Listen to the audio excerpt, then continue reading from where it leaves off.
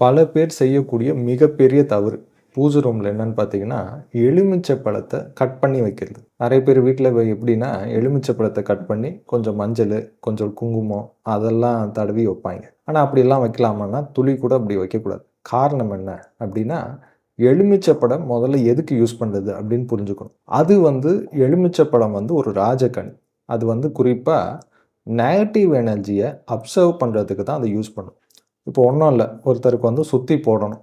திருஷ்டி அதிகமா இருக்கு. கண் திருஷ்டி அதிகம் இருக்கு அப்படின்னா, ஒரு முழு எலுமிச்சை பழத்த சுத்திட்டு, அதுக்கப்புறமேட்டு அத ஸ்மாஷ் பண்ணி, இல்லன்னா அத கட் பண்ணி தூக்கி போடுவாங்க 2 திசையில. அப்படி பண்ணியாச்சுனாலே கண் திருஷ்டி போகும். அதே மாரி இந்த எலுமிச்சை பழம் எதுக்கு அதிகம் யூஸ் பண்ணுவாங்க அப்படின்னா, காவு குடுக்கறதுக்கு. இப்போ காளி கோயில்லலாம் பார்த்தீங்கன்னா, மோஸ்ட்லி எலுமிச்சை பழ மாலையே கோர்த்து போடுவோம். அது எதனால அப்படின்னா, அப்பதான் காளியோட உக்கிரத்த அது தணிக்கும். ஸோ அது எலுமிச்சையே ஒரு எலுமிச்சை ஒரு மனித தலைக்கு சமம். ஸோ அதெல்லாம் தான் நம்ம மாலை போட்டு காளியம்மன் கோயில்ல போடுவோம். அதே மாரி வீட்ல பார்த்தீங்கன்னா, ஒரு எலுமிச்சை அதே மாரி மிளகாவோட சேர்த்து வப்பாங்க. வீட்டு என்ட்ரன்ஸ்ல. காரணம் என்ன அப்டின்னா, நம்ம வீட்டுக்குள்ள மூதேவி வரக்கூடாது.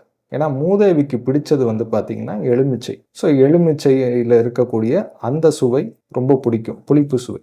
ஸோ அதனால தான் மூதேவி வீட்டுக்குள்ள வரக்கூடாது அப்படின்னு வாசல்ல மாட்டுவோம். இவ்வளோ விஷயம் இருக்கு.